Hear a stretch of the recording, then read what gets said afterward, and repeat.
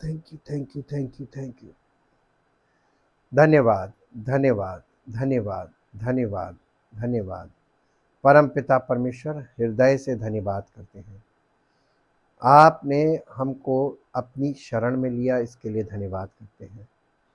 हमने अपने आप को समर्पित किया, वो हमारा भाग था। आपने हमें अपनी शरण में लिया, ये आपका भाग है।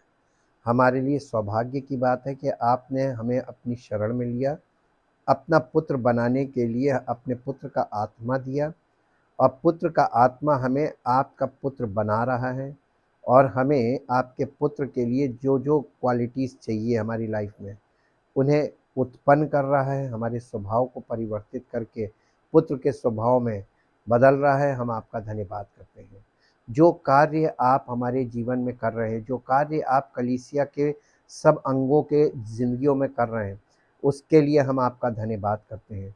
और सिर्फ आपका धन्यवाद करके ये कहना चाहते हैं, प्रभु आप महान हैं, और आपके कार्य अद्भुत, और आपका प्रेम बहुत अद्भुत है। आपने हम सब लोगों से प्यार किया, और इसीलिए अपने पुत्र के आत्मा के द्वारा आप हमें अपना पुत्र बनाते हैं, ताकि प्रभु हमारा जीवन आपके इकलौते पुत्र प्रभु यीशु मसीह के सदृश बने, और हमारे जीवन से आपकी वैसी महिमा हो जैसे इकलौते पुत्र के द्वारा हुई है, और हम सब का जीवन आपको ही समर्पित रहे और आपकी महिमा का कारण बने। धन्यवाद के साथ इस प्रार्थना को आपके इकलौते पुत्र प्रभु यीशु मसीह के नाम से मांगते हैं, आमीन। Praise the Lord. Kingdom of God part 52 में हम लोग आज देखेंगे lessons we learn from the wilderness experience. ये जो जंगल में हमको जो अनुभव प्राप्त होता है, जब हम वहाँ पर तमाम विपत्तियों में फंसते हैं, और उससे हमें जो सबक सीखने को मिलता है जीवन में, वो बहुत अनिवार्य है। और आत्मिक जीवन में, मसीही जीवन में इनकी वैल्यू बहुत है। जैसा कि प्रभु यीशु मसीह ने अपने चेलों से कहा था कि सकरे फाटक से प्रवेश करो, क्योंकि सकरा है वो मार्ग जो जीवन को जाता है, अनंत जीवन को जाता है, और बहुत थोड़े हैं जो उसमें प्रवेश कर पाते हैं। उसका रीज़न यही है, उसका रीज़न यही सकरा मार्ग है। ये सकरा मार्ग है। प्रभु यीशु मसीह वो सकरा फाटक है, और उसके लिए ये वाला मार्ग जो है, एक्सपीरियंस ऑफ विल्डरनेस, ये सकरा मार्ग है। और शुरुआत सकरे मार्ग से होगी। जो इस मार्ग को पार करता है वो परमेश्वर के राज्य में प्रवेश करने पाता है। तो इसलिए हम इसको और थोड़ा सा आज एलाबोरेट करेंगे और थोड़ा सा आगे बढ़ाएंगे। The wilderness, in the wilderness the father speaks and awakens our hearts to hear। ये जो जंगल में प्रभु, जैसे कि कल हमने पढ़ा था होशे 2:14 में, कि प्रभु का आत्मा कह रहा था कि मैं उन्हें मोहित करके जंगल में ले जाऊंगा, वहां उनसे शांति की बातें करूंगा। यीशु मसीह भी जंगल में गया, मूसा भी जंगल में गया, सब लोग जंगल में गए, और जो जो जंगल में से पास होके निकला परमेश्वर की सामर्थ्य से परिपूर्ण हुआ। लेकिन जो जो जंगल से पार नहीं निकल पाए, जैसे इजरायली लोग, वो 40 दिन के सफर में को पूरा नहीं कर पाए, 40 साल तक घूमते रहे जंगल में, भटकते रहे जंगल में। लोग जंगल में भटक रहे, ये प्लेस ऑफ वॉन्डरिंग भी है। The wilderness is the place of wandering। wilderness is the place where we receive the power of God। परमेश्वर की सामर्थ हम इसी जगह रिसीव करते हैं, और इसी जगह लोग भटक रहे हैं। कहाँ? लोग अपनी समस्याओं में परमेश्वर की शरण में नहीं जाते, परमेश्वर के वचन पे ध्यान नहीं करते, परमेश्वर की आज्ञा नहीं मानते, अपना समर्पण नहीं करते, बल्कि विकल्पों में लगे हुए हैं, किसी तरीके से हमको हमारा काम बन जाए। तो वो लोग इसीलिए जंगल को पार नहीं कर पाते हैं, जयवंत नहीं हो पाते हैं। लेकिन ये जगह जयवंत होने के लिए रखी गई है कि हम अपने जीवन में जयवंत हो। In the wilderness the Father speaks and awakens our hearts to hear. यह जंगल में ले जाकर प्रभु मालूम क्या करता है? परमपिता परमेश्वर हमसे बात करता है, और हमको जागृत करता, हमारी आत्मा को जगाता है, और ताकि हम परमेश्वर, हमारा हृदय परमेश्वर की आवाज को सुनने वाला हो। आप परमेश्वर की आवाज कब सुनना शुरू करते हैं? जब आप विपत्ति में होते हैं, क्योंकि विपत्ति में ही आप सब प्रकार के गलत तरीकों का इस्तेमाल करते हैं, और विपत्ति में ही लोग अगर थोड़ा सा ध्यान दें और परमेश्वर के वचन में मन लगा लें तो परमेश्वर का आत्मा उनसे बात करने लगेगा। यही टाइम होता है परमेश्वर की आत्मा की आवाज सुनने का। Wilderness means in the Bible is desert. जंगल का मतलब बाइबल में मालूम क्या है? जंगल का मतलब पेड़ वाला जंगल नहीं। बाइबल में जब भी विल्डरनेस वर्ड आया है, जंगल शब्द आया है, जंगल का मतलब यहां पर है मरुस्थल से, रेगिस्तान से। वहां पर क्या होता है? वहां हरियाली होती है? विश्राम के लिए लोगों को हरियाली चाहिए, छाई, पेड़ की छांव। आपको वहां विश्राम कभी नहीं मिलेगा। कहाँ? रेगिस्तान में। रेगिस्तान में तपती गर्मी होती है, रेगिस्तान में पानी की कमी होती है और जीवन के लिए जल बहुत आवश्यक है। वहां जल नहीं होता है। तो बाइबल में जब भी जंगल वर्ड आया, जंगल का मतलब डेजर्ट है, यानी रेगिस्तान से संबंध है। इन फैक्ट वास्तव में the word for desert means in the Hebrew the place of speaking. Hebrew language में जंगल का या रेगिस्तान का मतलब होता है द प्लेस ऑफ स्पीकिंग, कि वो जगह जहां पर प्रभु का आत्मा बोलता है। आप प्रभु की आवाज सुनना चाहते हैं? कब सुनेंगे? जब आप विपत्ति में होंगे, तब परमेश्वर की आवाज आपको सुनने को मिलेगी वास्तव में, और वहीं से आप उसकी आवाज को पहचानना शुरू करेंगे। अब देखिए, मेरे साथ एक पद निकालिए, निर्गमन की पुस्तक, उसका 15 अध्याय का 22 पद। निर्गमन की पुस्तक 15 अध्याय और उसका 22 पद। तब मूसा इजराइलियों को लाल समुंदर से आगे ले गया और वे शूर नाम जंगल में आए, और जंगल में जाते हुए 3 दिन तक उनको क्या नहीं मिला? पानी का सोता नहीं मिला। सोर्स ऑफ ड्रिंकिंग वाटर, पीने का पानी नहीं मिला। अब आप ये सोचिए, 3 दिन तक आपको पानी ना मिले पीने को, तो जिसके पीछे आप चल रहे हैं उसको आप नोच खाएंगे, है ना? वही हुआ यहां। पहला पॉइंट देखेंगे, after a new revelation a new test will often follow. जब भी हमारे और आपके जीवन में एक प्रकाशन आता है परमेश्वर की ओर से, और वो प्रकाशन हमको मालूम कहां ले जाता है? अगले पड़ाव पे ले जाता है कि फिर से हम एक और परिस्थिति का सामना करें। एक नए रहस्य उद्घाटन के बाद एक नई परीक्षा अक्सर पीछा करेगी। हमेशा याद रखिए, आपको एक समस्या से जब छुटकारा मिल जाता है ना, लोग कलीसिया में रेगुलर क्यों नहीं होते? जरा सा उनको आराम मिलता है, बैठ जाते हैं। अब एक बात बताइए, परमेश्वर को, अगर आपने परमेश्वर को पकड़ा और परमेश्वर ने आपको भी पकड़ लिया, दोनों तरफ से बॉर्न अगेन हो गए, परमेश्वर आपको बैठने नहीं देगा, वो बेचैन कर देगा आपको। कैसे बेचैन करेगा? परिस्थितियों में फंसा फंसा के। जब जब जब मनुष्य की ये उसकी व्यक्तित्व में है, उसके स्वभाव में है कि परेशानी अगर बिल्कुल ना हो तो कोई व्यक्ति परमेश्वर को पूछेगा नहीं। परमेश्वर की वैल्यू क्या है मालूम है?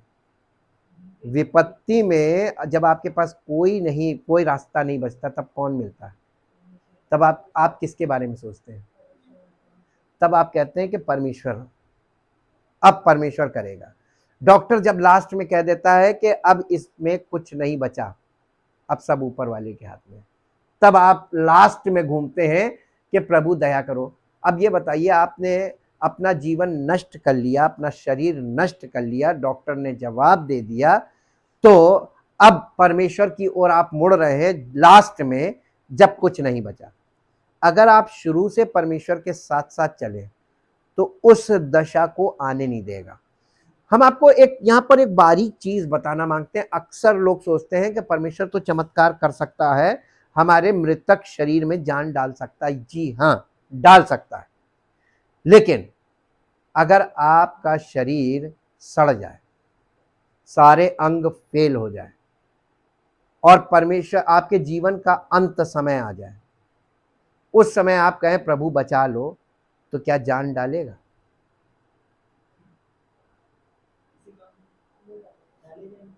नहीं, आप जीवन उससे मांग रहे हैं जिसको आपने अपने जीवन में कभी पूछा नहीं। आपने अपनी मर्जी से अपने जीवन को नष्ट किया खूब जम के, और लास्ट में आपने जब देखा कि ये शरीर नष्ट हो गया। देखिए मेडिकल साइंस कहाँ फेल होती है? आपका शरीर जब खत्म हो जाता है, सारे अंग फेल हो जाते हैं, मेडिकल साइंस हाथ जोड़ लेती है। क्यों? क्योंकि मेडिकल साइंस आपके जीवित अंगों को ट्रीट कर सकती है, लेकिन मरे हुए अंगों को जान नहीं डाल सकती। उसमें भी लिमिटेशंस हैं, और हमारे विचारों में कोई लिमिटेशन नहीं है। हमने परमेश्वर को कभी शुरू से जाना ही नहीं, तो लिमिटेशन आएगी कहाँ से? लिमिटेशन पैदा कौन करता है हमारे विचारों में? परमेश्वर। लोग परमेश्वर के वचन में अगर फोकस हो जाए ना, तो आपको लिमिटेड कर देगा। किस आवश्यकता से अपनी हद से आगे मत सोचो। हमने अपने जीवन में, अपने देश में जितने भी लोग हमें मिले, अंधविश्वास का मतलब होता है कि उनके विश्वास में वो कुछ भी कहते हैं कि सब कुछ पॉसिबल है। लेकिन परमेश्वर के वचन को समझने के बाद मुझे ये पता चल गया कि नहीं, सब कुछ पॉसिबल नहीं है, हमें लिमिटेशन आ गई। इसलिए हम लिमिटेड, जितनी हमारी क्षमता है उससे आगे की बात हम नहीं करते हैं। यह है सच्चा विश्वास। और अंधविश्वास में क्या है? अंधविश्वास में लिमिट ही नहीं है। अरे प्रभु तो अंतर्यामी है, ये मानते जानते कोई नहीं, प्रभु को जानता ही नहीं कोई। बस उनको यह है कि प्रभु तो अंतर्यामी, प्रभु तो सब कुछ कर सकते हैं। कैसे, किसके जीवन में करेंगे? तुम अपनी मर्जी से अपने नशे में अपने शरीर को बर्बाद करो और फिर कहो कि प्रभु तो जीवित कर सकते हैं। ऐसे क्या नशेबाज को जीवित करेगा? नहीं करेगा। आपने परमेश्वर को अभी जाना नहीं। जैसे जैसे आप परमेश्वर को जानेंगे, आपकी लिमिटेशन एकदम केंद्रित होती जाएगी, और एक टाइम ऐसा आएगा कि आप पूरी तरीके से परमेश्वर पर निर्भर होंगे कि प्रभु तेरी मर्जी मेरे जीवन में हर क्षण पूरी हो। अभी तो आप इस परिस्थिति में प्रभु तेरी मर्जी पूरी हो, परिस्थिति में आप परमेश्वर की मर्जी को देख रहे हैं, लेकिन आपके जीवन के हर क्षण में परमेश्वर की मर्जी जब पूरी होने लगेगी, तब परमेश्वर का अनुग्रह पूरी तरीके से आपके जीवन में आएगा। इसलिए वो सिखाने के लिए, हमसे बात करने के लिए जंगल में ले जाता है। एक प्रकाशन हमको मिलता है, या एक पड़ाव हमारा पार होता है।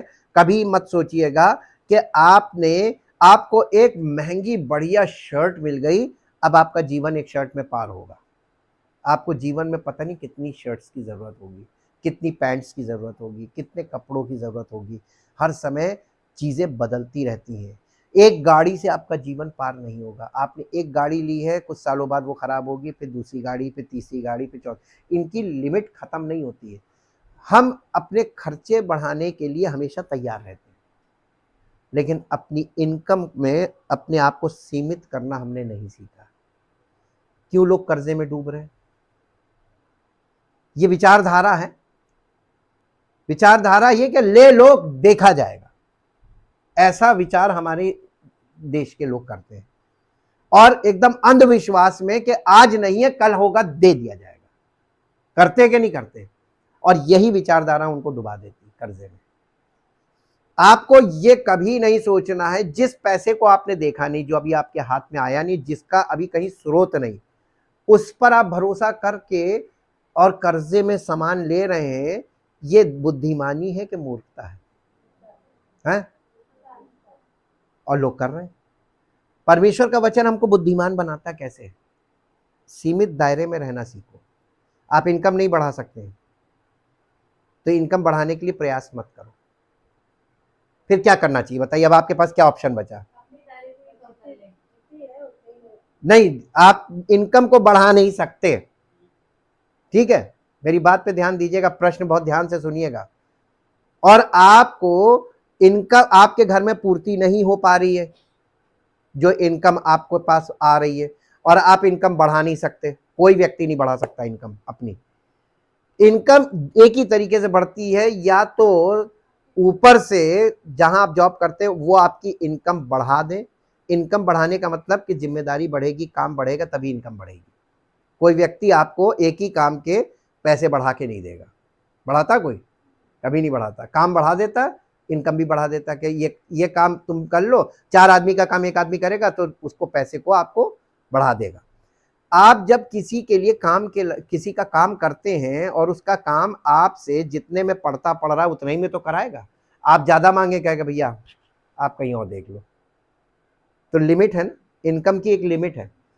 लेकिन आपके घर में वो इनकम पूरी नहीं हो पा रही है, कम पड़ रहा है।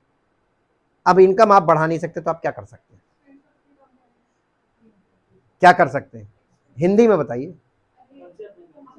अपने खर्चों को कम करेंगे। खर्चों को कम करने का मतलब समझते हैं? अपने, हाँ, खर्चा कम करने का मतलब अपनी इच्छा को वश में लाना। कितने लोग करने को तैयार है? यही पे तो फेल है, भावनाएं बहुत हैवी हो जाती है।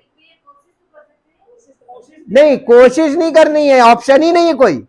2 ही ऑप्शन है, इनकम बढ़े या खर्चा घटे। अर्थव्यवस्था कैसे बैलेंस करेंगे भाई? तराजू के 2 ही तो पल्ले हैं। एक आपको मालूम है ये उस पर बांट है, एक ही ऑप्शन आपके पास बचा, खर्चे घटाओ। जितना आप खर्चा घटाएंगे उतना आप इस युग में सरवाइव कर पाएंगे, और जितना आप खर्चा बढ़ाएंगे उतना आप इस युग में फंसते जाएंगे, कर्जे में जाएंगे। ये लिख लीजिए मुझसे। आपके भावनाओं की और आपकी इच्छाओं की लिमिट नहीं है, लेकिन आपकी इनकम की लिमिट है। तो आपके खर्चे की भी लिमिट होनी चाहिए, है ना? खर्चे अनलिमिटेड और इनकम लिमिटेड, परेशान जीवन और घर में झगड़े होंगे। इसका कोई विकल्प नहीं है ना। इस तरीके के झगड़ों का कोई विकल्प नहीं है, कहीं सुलझाए नहीं जा सकते। ये चीजें हमारी व्यक्तिगत है और हमें व्यक्तिगत तौर पे ही इसको सॉल्व करना है। सीखना चाहिए कि नहीं, कि अपनी पुरानी मानसिकता में है जो मन में आए करते रहो। मन के अनुसार जीवन व्यतीत नहीं करना है। जीवन व्यतीत करने के लिए देखिए, आप पैसा कमाते हैं मेहनत से और खर्च करते हैं मूर्ख बन के, ये होना चाहिए। या जिस मेहनत से हम पैसा कमाते हैं उतनी बुद्धिमानी से हमें खर्च करना है। तो बुद्धिमानी कहां से आएगी? भावनाएं, इच्छाएं, कल्पनाएं ये बुद्धि को खा जाते हैं, उस समय भावना ऊपर हो जाती है। मेरी बात को आप अपने अंदर ले जाके और सोचिएगा कि बात सही है कि नहीं। परमेश्वर का वचन बताता है हमको कि हर जीत के बाद एक चैलेंज जरूर आएगा लाइफ में। जब जब आप जीतेंगे, मसीही जीवन में ये खास बात है। तो मसीही जीवन full of challenges. A Christian life is a life of challenges, physical plus spiritual. हर पल हर क्षण आप चैलेंज पर होंगे। क्यों और कैसे, इसको हम समझेंगे। अब देखिए, जब यीशु मसीह को यहां पे हम एग्जांपल लेके चल रहे हैं, when Jesus heard the heavenly voice, जब यीशु मसीह ने पिता परमेश्वर की आकाशवाणी हुई कि ये मेरा प्रिय पुत्र है जिससे मैं बहुत प्रसन्न हूं, ये आवाज सुनी तो यीशु मसीह को अच्छा लगा होगा। आपके अंदर ये आवाज आ जाए तो बस वहां से तो आपके पैर जमीन पर पड़ेंगे नहीं, है ना? लूका रचित सुसमाचार 3 अध्याय उसका 21 और 22 पद पढ़ दीजिए। लूका रचित सुसमाचार, the gospel of Luke chapter 3 verse 21 and 22। जब सब लोगों ने बपतिस्मा लिया और यीशु भी बपतिस्मा लेकर प्रार्थना कर रहा था, आकाश खुल गया। यीशु मसीह के बपतिस्मे के बाद आकाश खुल गया जी। और पवित्र आत्मा शारीरिक रूप में कबूतर की नाई किस पर? यीशु मसीह के ऊपर, यानी शारीरिक रूप में पवित्र आत्मा उतरा। आप पुराने नियम में देखिए, परमेश्वर का आत्मा नबियों पर, मूसा पर, और क्या नाम है, याजकों पर और राजाओं पर, सब पर उतरा, लेकिन शारीरिक रूप में कहीं नहीं उतरा। केवल एक व्यक्ति है जिस पर वो शारीरिक रूप में उतरा, उसका नाम है प्रभु यीशु मसीह। उसने जब बपतिस्मा लिया, पवित्र आत्मा शारीरिक रूप में कबूतर की नाई उस पर उतरा और ये आकाशवाणी हुई कि तू मेरा प्रिय पुत्र। कितने लोगों ने बपतिस्मा लिया? लिखा लोगों ने बपतिस्मा लिया और यीशु ने लिया, लेकिन पुत्र कौन था?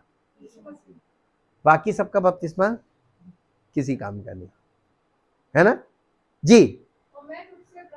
और मैं, तू मेरा प्रिय पुत्र है और मैं तुझसे प्रसन्न हूं। ये वाली बात सुनने के बाद कितनी खुशी हुई होगी, जीत मिल गई। परमेश्वर का पुत्र मैं, परमेश्वर ने मुझे अपना बेटा डिक्लेयर किया। God declare myself his beloved son. What a good comment, heavenly comment. परमेश्वर उसको कह रहा है कि तू मेरा प्रिय पुत्र, मैं तुझसे प्रसन्न हूं। कितनी बड़ी बात बोल दी और कितनी खुशी की बात। पैर जमीन पे नहीं पड़े अगर आप ये आवाज सुन ले, है ना। लेकिन अब देखिए इसके बाद तुरंत बात क्या हुआ। Then he was led into the wilderness to face the temptation of Satan. जैसे ही आवाज सुनी, पवित्र आत्मा यीशु मसीह को कहां ले गया? परीक्षा लेने के लिए। कहां? वहीं ले गया, डेजर्ट में, जहां पर पिता उसकी आवाज उसको सुनाई दे, पिता उसको उससे बात करे और वहां पे शैतान उसको परखे। तो जैसे ही आपके जीवन में आपको पवित्र आत्मा मिलता, बॉर्न अगेन होते समय हमने बताया ना, परमेश्वर अपनी आत्मा गिफ्ट में देता है और ये गिफ्ट यीशु मसीह को भी मिली थी। और गिफ्ट के बाद क्या हुआ था? हम लोगों को भी गिफ्ट मिलता है, gift of the Holi spirit at the time of born again, जब हमारा आत्मिक जन्म होता है कलीसिया में। और उसके बाद वाला पार्ट, यीशु मसीह उसके बाद वाले पार्ट में पावर प्राप्त कर ली, है ना। और हम और आप यानी विकल्पों में घुस जाते हैं तुरंत। बॉर्न अगेन के बाद ये कर लो, ये कर लो, इधर चले उधर चले, सारे विकल्प इस्तेमाल कर। आप बॉर्न अगेन हुए, पवित्र आत्मा आपको ये सिखाना मांग रहा है कि परमेश्वर की शरण में जाओ, क्योंकि अब चैलेंजेस आएंगे। देखिए शैतान आपके जीवन में इंटरेस्ट कब लेता है? जब आप बॉर्न अगेन हो जाते हैं। जैसे ही पवित्र आत्मा का वरदान आपके अंदर आता है, वैसे ही शैतान आपके जीवन को टेस्ट करने के लिए आता है। ये किसने उसको अनुमति दी है टेस्ट करने के लिए? यस, परमेश्वर ने। अय्यूब की पुस्तक में जाइए, शैतान चैलेंज कर रहा परमेश्वर को कि देख, परमेश्वर ने अय्यूब के लिए चैलेंज किया कि ये मेरा ऐसा बच्चा है, ऐसा भक्त है जिसके समान पृथ्वी पर कोई नहीं, the only one person, his name is Job, अय्यूब। पर शैतान ने क्या कहा? अरे वो ऐसे ही नहीं मानता, आपने उसको बहुत आशीष दे रखी है, आपने चारों तरफ से उसके बाड़ा बांध रखा है। इसका मतलब शैतान वो बातें खोल रहा था जो एक विश्वासी को नहीं मालूम है, कि वो परमेश्वर जब उसे अपना लेता है तो उसके चारों ओर परमेश्वर की सुरक्षा होती है और परमेश्वर की आशीषें उसके पास होती है, लेकिन उसे पता नहीं होता है। और शैतान ने उससे यानी अनुमति ली कि मुझे इसको टेस्ट करने दे, ये तेरा सच्चा बंदा होगा, टेस्टिंग में पता चलेगा। अब ये बताइए, परमेश्वर आपको अपना पुत्र और पुत्री कैसे बनाएगा? तो प्रॉब्लम कहां आती है? वहीं पर छट जाते। जो परमेश्वर के सच्चे बच्चे होते हैं ना, वो हर परिस्थिति के हर लेवल पर परमेश्वर के साथ जुड़े रहते हैं। और जो सच्चे नहीं होते हैं, वो वहीं पर कलई खुल जाती कि ये सच्चे नहीं है। क्या आप अपने जीवन से इस बात को साबित करने के लिए तैयार हैं कि आप परमेश्वर के सच्चे पुत्र पुत्री हैं? यीशु मसीह के लाइफ से सीखिए। यीशु मसीह ने कहा था, मुझसे सीखो, मेरा जुआ अपने ऊपर उठाओ, जिसके कंट्रोल में मैं हूं उसके कंट्रोल में तुम आ जाओ। मेरा जुआ अपने ऊपर उठाओ का मतलब, और मुझसे सीखो कि मैंने कैसे उसका हुक्म माना, तुम भी मानो। यीशु मसीह में आदर्श देके गया, उस आदर्श का पालन करना है। अब देखिए, and when there it was the word of God that gave him his breakthrough। प्रभु यीशु मसीह को शैतान से जीतने के लिए सामर्थ कहां से मिली? उसके सवालों का जवाब देने के लिए जवाब कहां से मिले? जब शैतान परख रहा था यीशु मसीह को।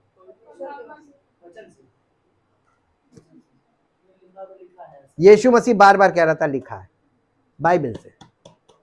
यीशु मसीह बाइबल से जवाब दे रहा था। अगर यीशु मसीह को बाइबल का जानकारी ना होती कहाँ क्या लिखा है, तो क्या शैतान से जीत सकता? हमने क्या सीखा? सकरे मार्ग में चलने के लिए वर्ड ऑफ गॉड बहुत इंपॉर्टेंट है, इसके बिना नहीं चल पाएंगे। टेस्टिंग में इसके बिना आप जवाब नहीं दे पाएंगे, शैतान परखेगा। शैतान आपको वचन के द्वारा जवाब देना है शैतान को, और हम लोग शैतान से उसकी वो हमें भावनाओं में फंसा लेता, हम फंस जाते हैं। वो हमारी अपने कल्पनाओं में हमें फंसा लेता, हमारे विचारों में फंसा लेता, हम फंस जाते हैं, क्योंकि हम परमेश्वर का वचन नहीं जानते। परमेश्वर के वचन में कहाँ क्या लिखा है हमें नहीं मालूम है। यीशु मसीह कहने लगा लिखा है कि मनुष्य केवल रोटी से जीवित नहीं रहेगा। अगर मैं आपसे पूछूं कहाँ लिखा है पुराने नियम में, तो आप नहीं बता पाएंगे, लेकिन बताना चाहिए, आपको मालूम होना चाहिए। मालूम कहाँ लिखा है? कल हमने वहां पे पढ़ा था, हमने आधा छोड़ दिया था। व्यवस्था विवरण 8 अध्याय में ये बात लिखी हुई है। हाँ, 1 से 10 के बीच में लिखा हुआ है कि मनुष्य केवल रोटी से नहीं, जंगल में उन लोगों को सिखाया था, यही जवाब जंगल में यीशु मसीह ने दिया। यानी इजरायली जहां पर हारे थे जंगल में, वहीं पर यीशु मसीह जयवंत हुआ। तो हमें इससे ये सीखने को मिला कि जंगल में जब हमको परमेश्वर ले जाएगा, तो हमको परमेश्वर का वचन सुनसान वीरान, वहां पर हमको यहां से जवाब देना है। ठीक, अब आप मेरे साथ एक पद निकाल के पढ़िए, इब्रानियों की पत्री 5 अध्याय उसका 8 और 9 पद। ये हमारे और आपके लिए बहुत बड़ी बात है सीखने और समझने के लिए। और यीशु मसीह के बारे में लिखा है कि और पुत्र होने पर भी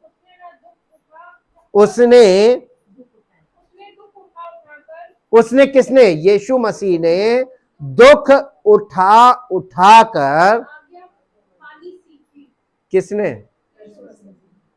परमेश्वर ने उसको कहा तू मेरा प्रिय पुत्र है जिससे मैं प्रसन्न हूं। उसके बाद पवित्र आत्मा उसको कहां लेके गया? तुरंत।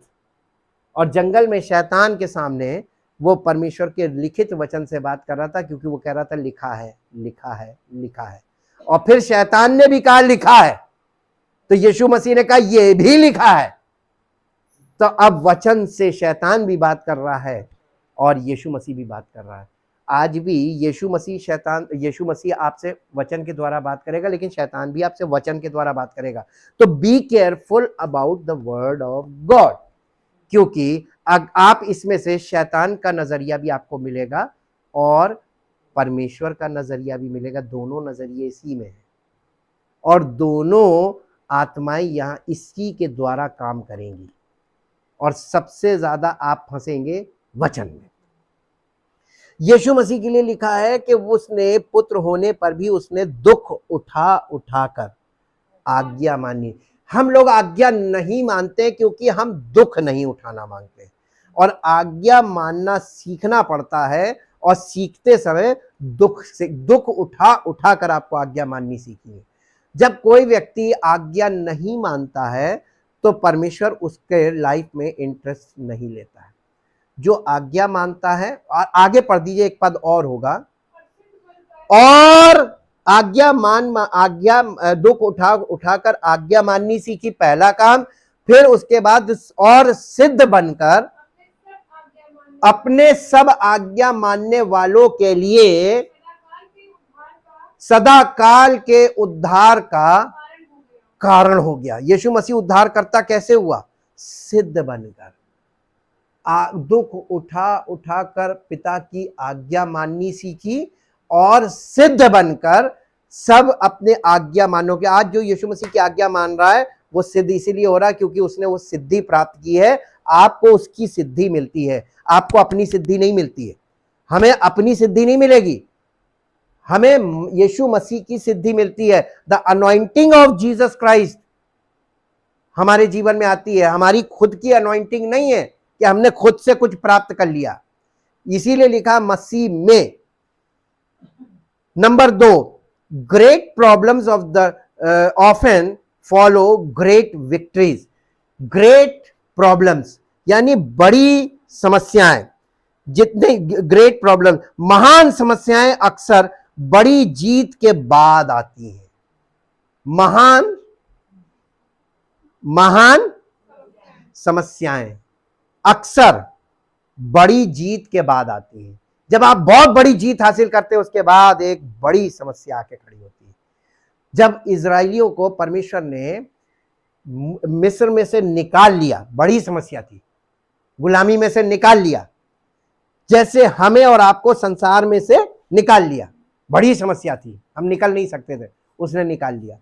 उसके बाद क्या आता है मालूम है? बड़ी परीक्षा आती है। बड़ी जीत के बाद एक बड़ी समस्या आती है। वो लोग बड़ी जीत के साथ वहां से निकले मिस्र से, इजराइली, और उसके बाद एक बड़ी समस्या आ गई, लाल समुंदर, और पीछे फिरौन की सेना, आगे लाल समुंदर, दोनों तरफ मौत आई। मसीही जीवन में भी ऐसे ही होगा।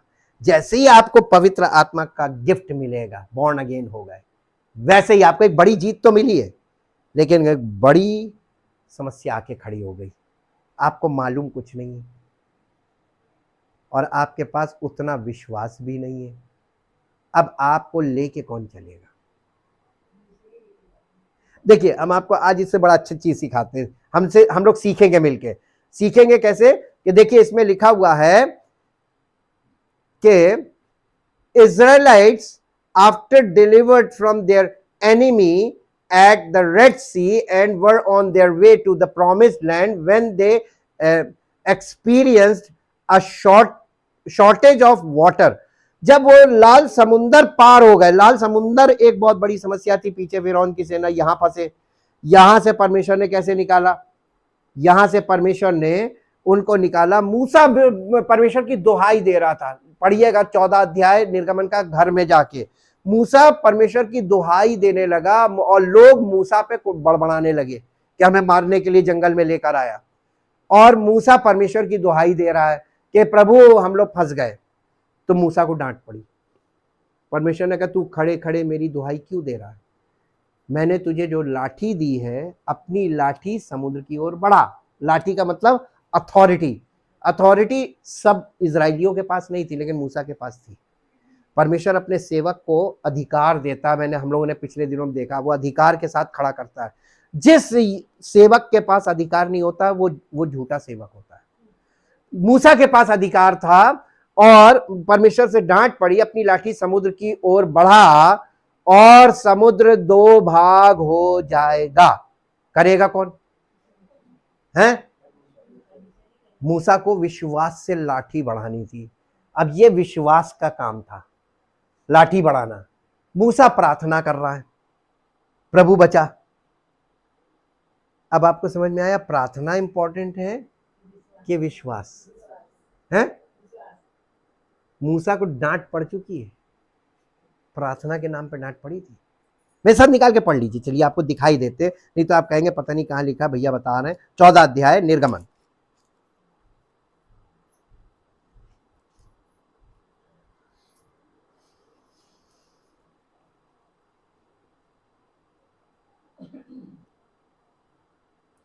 जी 11 पद से पढ़िए, 14 अध्याय का 11 पद से। और वे मूसा से कहने लगे कि मिस्र में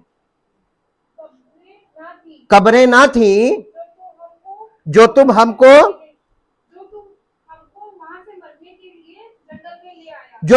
वहां से मरने के लिए जंगल में ले आया। तूने हमसे ये क्या किया कि हमको मिस्र से निकाल लाया? क्या हम तुझसे मिस्र में यही बात ना कहते रहे कि हमें रहने दे कि हम मिस्रियों की सेवा करें? हमारे लिए जंगल में मरने की अपेक्षा मिस्रियों की सेवा करना अच्छा था। मूसा ने लोगों से कहा, डरो मत, खड़े खड़े वो उद्धार का काम देखो जो यहोवा आज तुम्हारे लिए करेगा, क्योंकि जिन मिस्रियों को तुम आज देखते हो उनको फिर कभी ना देखोगे। यहोवा आप ही तुम्हारे लिए लड़ेगा, इसलिए तुम चुपचाप रहो। तब यहोवा ने मूसा से कहा, तू क्यों मेरी दुहाई दे रहा है? मूसा परमेश्वर के ऊपर डाल रहा था कि परमेश्वर हम लोगों को अभी देखो, अभी परमेश्वर कुछ करेगा, परमेश्वर अभी कुछ करेगा। सेवक का काम क्या था? लोगों को तसल्ली देना कि देखो प्रभु करेगा। नहीं, तू क्यों खड़े खड़े मेरी दुहाई दे रहा? आगे पढ़िए ना, इजराइलियों को आज्ञा दे कि कूच करेगा, मतलब आगे बढ़े जी। और तू सबसे आगे कौन चलेगा? नहीं, हाँ, सेवक। दूसरों को कह देना कि तुम प्रार्थना कर लो, हो जाएगा। बहुत सरल है।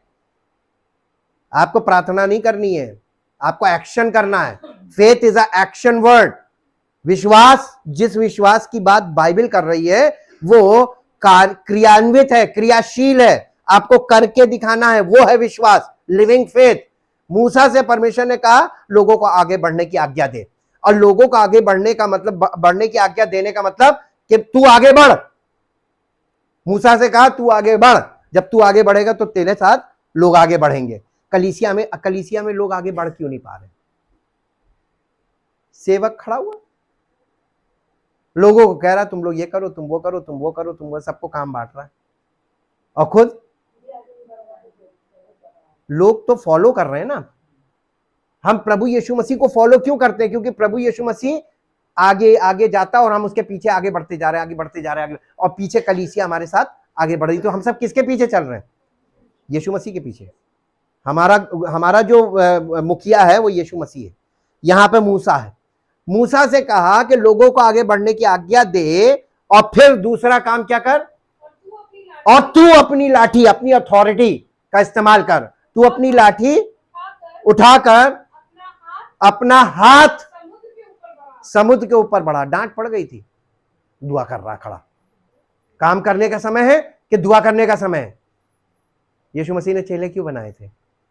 यीशु मसीह उन्हें यही सिखा रहा था कि परमेश्वर का काम हमें करना है, परमेश्वर के राज्य में लोगों को कैसे लाना है, लोगों को छुटकारा कैसे देना है, लोगों के जीवन में कैसे। लेकिन उसके लिए सेवक को तैयार भी होना है, और उसके साथ साथ अभिषेक से परिपूर्ण होना, परमेश्वर की अथॉरिटी भी होनी है, तब वो परमेश्वर का सेवक बनता है। ऐसे नहीं कि छोटी सी ट्रेनिंग कर ली और बन गए जी। अपनी लाठी समुद्र की ओर बढ़ा और समुद्र को दो भाग कर दे। हैं? आप लोग परमेश्वर का वचन, सही बात है, बिल्कुल नहीं पढ़ते हैं। क्या लिखा हुआ है? मूसा से दो भाग, समुद्र को दो भाग करने को नहीं कहा था। Do your part and I am ready to do my part.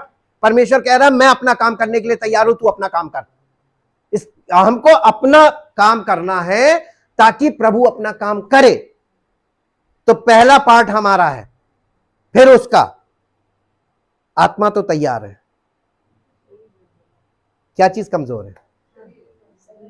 देह कमजोर है, बॉडी कमजोर है। बॉडी का मतलब बॉडी ऑफ क्राइस्ट की बात कर रहा। कलीसिया कमजोर पड़ रही है। आश्चर्य कर्म इसलिए नहीं दिख रहे क्योंकि कलीसिया में लोग निर्बल हालत में। जिस दिन ये मजबूत हो गए, अभिषेक से परिपूर्ण हो गए, बॉडी ऑफ क्राइस्ट से, तड़ातड़ आश्चर्य कर्म शुरू हो जाएंगे जी। और समुद्र दो भाग हो जाएगा। कौन करेगा?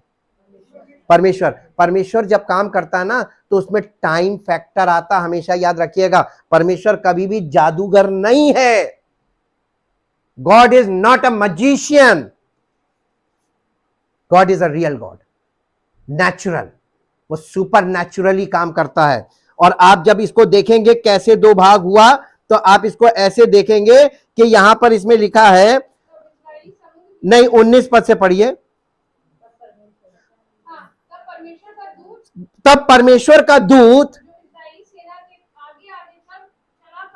जो इजरायली सेना के आगे आगे चला करता था, जब उनके पीछे चला गया, क्योंकि पीछे फिरौन की सेना आ रही थी। उसने बीच में सेना को कंट्रोल किया कि सेना इजरायलियों को ना छुए, फिरौन की सेना जी। और बादल का खंबा उनके आगे से हटकर उनके पीछे चला गया, ताकि पीछे से वो आगे बढ़े जी। इस प्रकार है मिस्रियों की सेना और इजरायलियों की सेना के बीच में कौन? परमेश्वर की प्रेजेंस आ गई, प्रेजेंस ऑफ गॉड आ गई जी। और बादल नहीं नहीं, फिर गड़बड़ी पड़ गई। और बादल और अंधकार तो था, तो भी रात को उन्हें प्रकाश मिलता रहा और वे रात भर एक दूसरे के पास ना आए। मालूम क्यों नहीं आए? दोनों सेनाओं के लोग थे, ये इजरायली सेना और मिस्री सेना। बीच में कौन था? परमेश्वर की ज्योति, प्रेजेंस ऑफ गॉड। परमेश्वर की उपस्थिति ज्योति है, और उस ज्योति के कारण एक दूसरे को देख रहे थे कि कोई पीछे आगे बढ़े तो हमने मारा। ठीक, तो एक दूसरे के पास ना आए। आगे,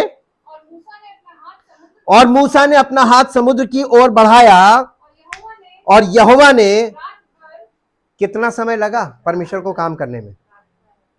रात भर 12 घंटे प्रचंड पुरवाई चलाई। यही लिखा है ना, प्रचंड माइटी विंड्स, भयानक पुरवाई चलाई, और समुद्र दो भाग करके जल ऐसा हटा दिया जिससे कि उसके बीच सूखी भूमि हो गई। परमेश्वर को इस काम को करने में कितना टाइम लगा? 12 घंटे। परमेश्वर काम करता, टाइम लगता है ना। आप काम करते तो टाइम लगता है ना। तो परमेश्वर जादूगर नहीं है, और परमेश्वर हमको इसीलिए इस्तेमाल करता है क्योंकि टाइम फैक्टर साथ साथ चलेगा, और हमें इसी के लिए प्रिपेयर करता है कि परमेश्वर पे भरोसा रखो। अगर आपने एक बार प्रार्थना से ये कह दिया प्रभु दया कर, उसके बाद विश्वास करो कि वो दया कर रहा है। और हम लोग क्या करते हैं मालूम है? ये प्रार्थना, फिर ये भाग उधर, फिर वो भाग उधर, फिर वो सारे विकल्प पट पट पट पट, हम जादू चाहते हैं। और परमेश्वर काम करता है और निश्चय करता है, और उसमें टाइम आता है। जब आप कोई काम करेंगे उसमें टाइम फैक्टर आएगा। हम लोग जब परमेश्वर का काम की बारी आती है तो हम टाइम फैक्टर किनारे निकाल देते, बस चट से हो जाए। नहीं होगा, टाइम फैक्टर आएगा जी। अब आपको यहां से पता चला। अब यही चीजें हमको जंगल में सिखाई जाती हैं। जंगल में प्रभु ले जाकर हमको सिखाता है। जितनी ज्यादा विपत्तियों का हम सामना करेंगे, अनुभव उतना ज्यादा होगा। एक और तीसरे पॉइंट पे हम आते हैं कि इसको पूरा कर देते कंप्लीट, कि ये लोग जब पानी के लिए निकले तो एक जगह उनको लेके गया। ये जगह थी, सेकेंड पॉइंट है ना, great problems often follow great victories. After parting of the sea there is usually a desert.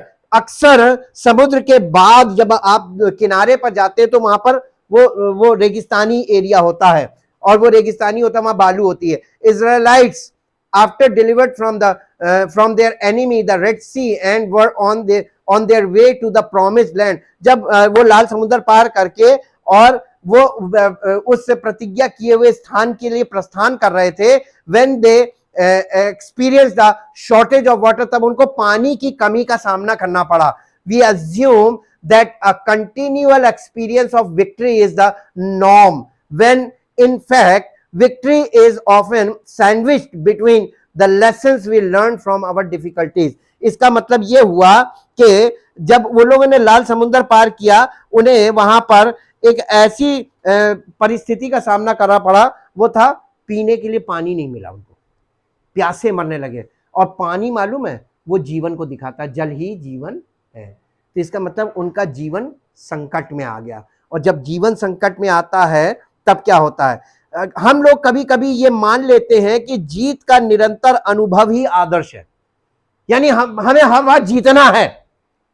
ये हमारे अंदर मानसिकता में है, जीतना इस जीवन का हमारा निष्कर्ष है कि हमें जीतना ही जीतना है। और हमारा बच्चा अगर हार जाता है या हम हार जाते हैं तो हम अपनी हार को पचा नहीं पाते। लेकिन परमेश्वर हमको हार का सामना करवा के अनुभव दिलाता है कि हारना भी जरूरी है, ताकि तुम परमेश्वर पे भरोसा करना सीखो। जब तक आप हारेंगे नहीं, तब तक आप परमेश्वर पे भरोसा नहीं करेंगे। जब तक आप विफल नहीं होंगे, तब तक आप परमेश्वर पे भरोसा नहीं करेंगे। जब आपके लाइफ में फेलियर्स आता है, तब आपको परमेश्वर का महत्व पता चलता है कि कितनी इंपॉर्टेंस है।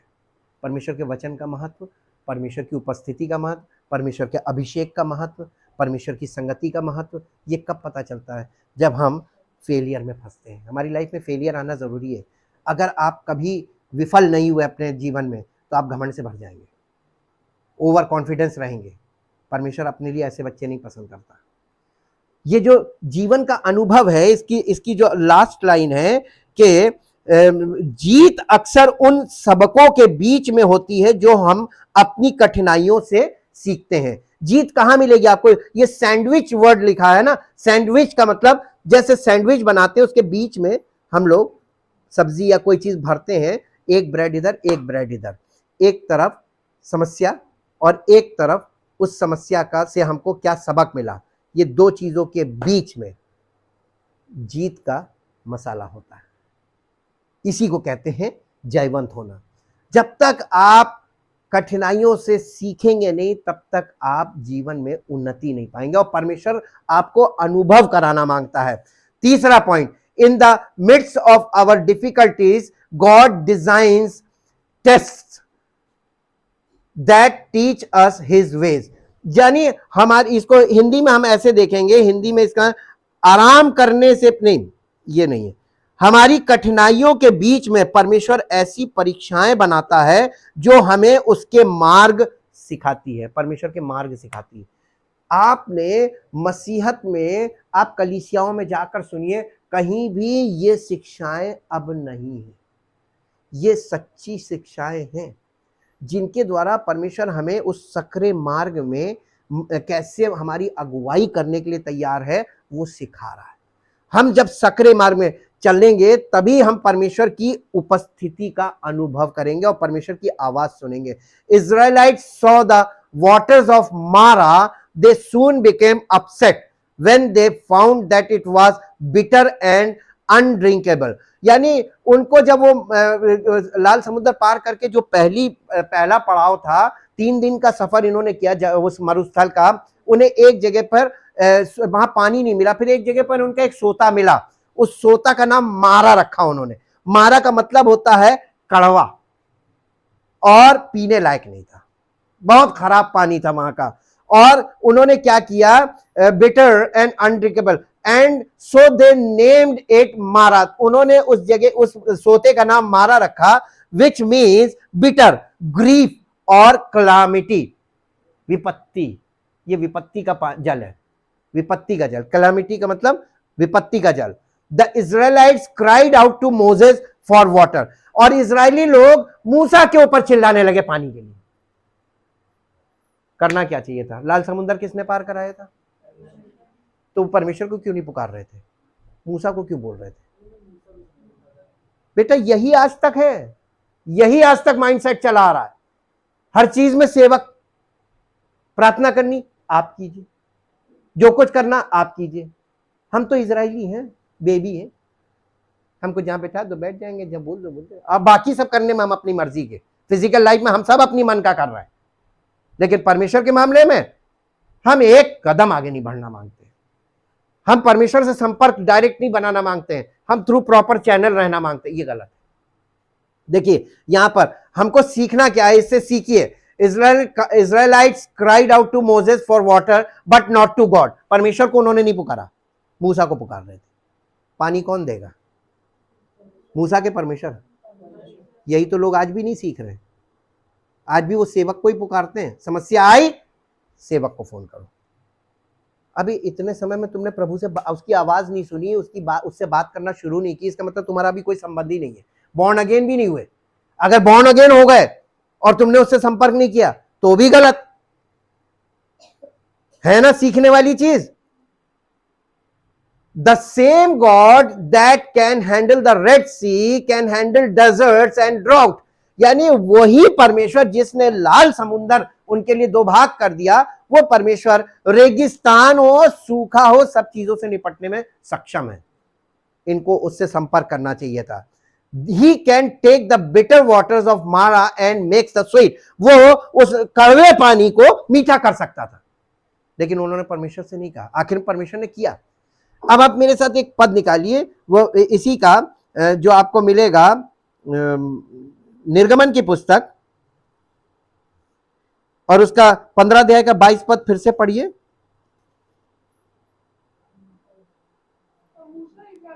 हाँ,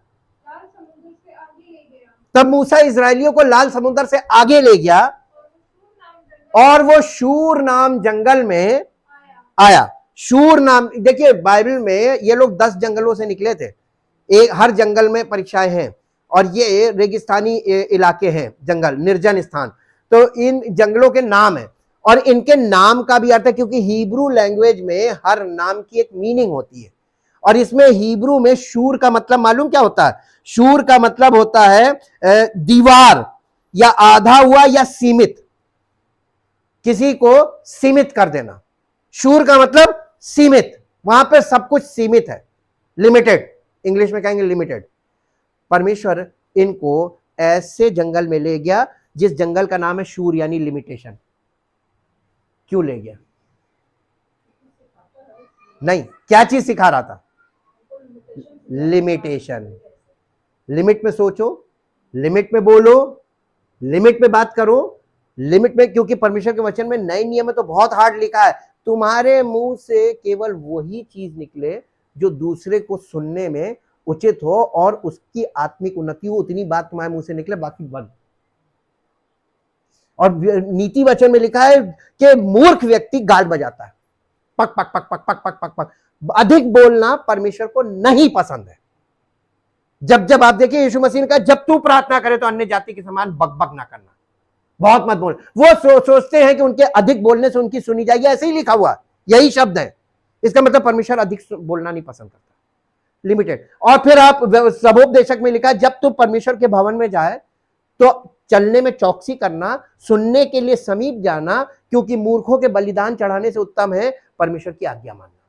तो सुनने के लिए समीप जाना, बोलने में धीर, सुनने में तत्पर, बोलने में धीर, बोलने में कम। ये टीचिंग है। जब आप बोलना कम करेंगे, सुनना बढ़ा देंगे, तब बुद्धिमानी आएगी।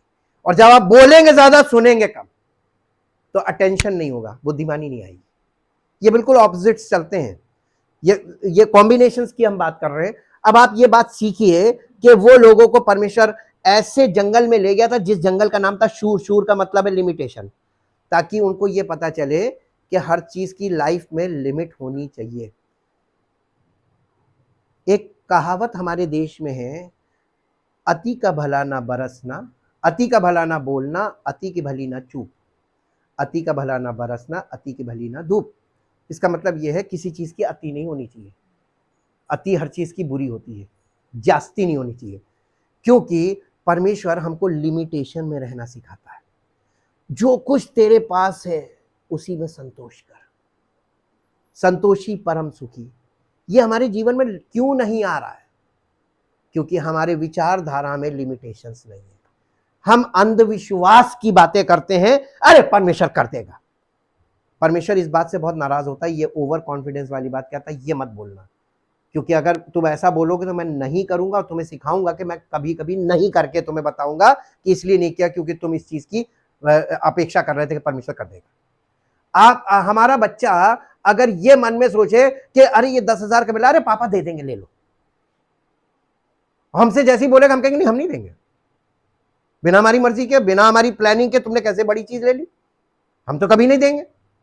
तो हमारे बच्चे को मालूम पापा देंगे नहीं, कभी नहीं लेगा। ऐसे ही हम परमेश्वर पिता के साथ भी करते हैं। हम अनलिमिटेड चीजों के लिए बोल रहे हैं, ये अंधविश्वास है। विश्वास इतना रखो कि परमेश्वर तुम्हारी लिमिटेशन से प्रसन्न हो कि ये बच्चा लिमिट में ही बात करता है। इसको मालूम है कि मेरा पिता कर तो सकता है सब कुछ, वो पूरी दुनिया का मालिक है, सारी सृष्टि का मालिक है, उसका सब कुछ है, उसने हमें भी सब कुछ मालिक बनाया है। लेकिन मालिक को इतनी समझ होनी चाहिए कि सब चीजों को हम अपने हाथ से बर्बाद नहीं करना है, हमें लिमिट में रहना सीखना है। Thank you, thank you, thank you Lord. आज हमने कुल मिला के ये देखा है कि परमेश्वर हमें उस जंगल में क्यों लेके जाता, ताकि हमको लिमिटेशंस में जीवन व्यतीत करना आना चाहिए। आज के युग में बताइए ये कितना इंपॉर्टेंट लेसन है हमारे और आपके लिए, जहां लोगों के खर्चे भाग रहे हैं, भावनाएं खूब ज्यादा है, ये भी ले लो वो भी ले लो, मन किसी का वश में नहीं है, और सब भावनात्मक तरीके से पैसे खर्च कर रहे हैं। बेचने वालों को तो लाभ मिल रहा है, व्यापार बढ़ रहा है, लेकिन आपकी अर्थव्यवस्था कहां जा रही है? कभी आपने सोचा है? कर्जा करने से अच्छा है सेविंग कर लो, कर्ज पे सामान लेने से अच्छा है कि जमा करके लो। आपको उसमें बार्गेन कर सकते, छूट मिलेगी, लेकिन जब आप कर्जे में सामान लेते तो अधिक देने के लिए तैयार रहते। परमेश्वर हमको बहुत सी चीज़ें जो हमारे जीवन से डायरेक्ट संबंध रखती हैं स्पिरिचुअली, वो हमको सिखाता है। और स्पिरिचुअल और फिजिकल दोनों मैटर्स एक साथ हमको सॉल्व करने हैं। हमें दोनों जीवन में करेक्शन आना, फिजिकल करेक्शन आने का मतलब स्पिरिचुअल करेक्शन आना, स्पिरिचुअल करेक्शन आने का मतलब फिजिकल, क्योंकि हमारी आत्मा शरीर के अंदर रहती है। तो हमारा जीवन शरीर में ही आत्मा में जीवन है। तो इस जीवन को परमेश्वर अपनी महिमा का कारण बनाना मांगता है। Thank you, thank you, thank you Lord. परमपिता परमेश्वर, हम धन्यवाद करते हैं क्योंकि आपके वचन में लिखा हुआ है कि आपके इकलौते पुत्र प्रभु यीशु मसीह ने पुत्र होने के बावजूद दुख उठा उठाकर आज्ञा माननी सीखी। हमारे लिए ये बहुत बड़ा आदर्श है कि हम सब कलीसिया के लोग यीशु मसीह की इस बात को अपने जीवन में लागू करें कि हम भी आज्ञा मानने के लिए दुख उठाएं और दुख उठा उठाकर आज्ञा मानना सीखें, ताकि हम भी यीशु मसीह के द्वारा सिद्ध होकर उन लोगों के लिए जिनके लिए प्रभु आप हमें अपनी महिमा का कारण बना रहे हैं, उनके उद्धार का कारण बन सके, ताकि हमारे जीवन से प्रेरित होकर किसी को उद्धार का मार्ग मिले और कोई व्यक्ति उद्धार के मार्ग में आगे बढ़े और हम सब आपकी महिमा का कारण बने। सारी महिमा आपको मिले। इस प्रार्थना को आपके इकलौते पुत्र प्रभु यीशु मसीह के नाम से मांगते हैं, आमीन। Praise the Lord. परमेश्वर आपको आशीष दे।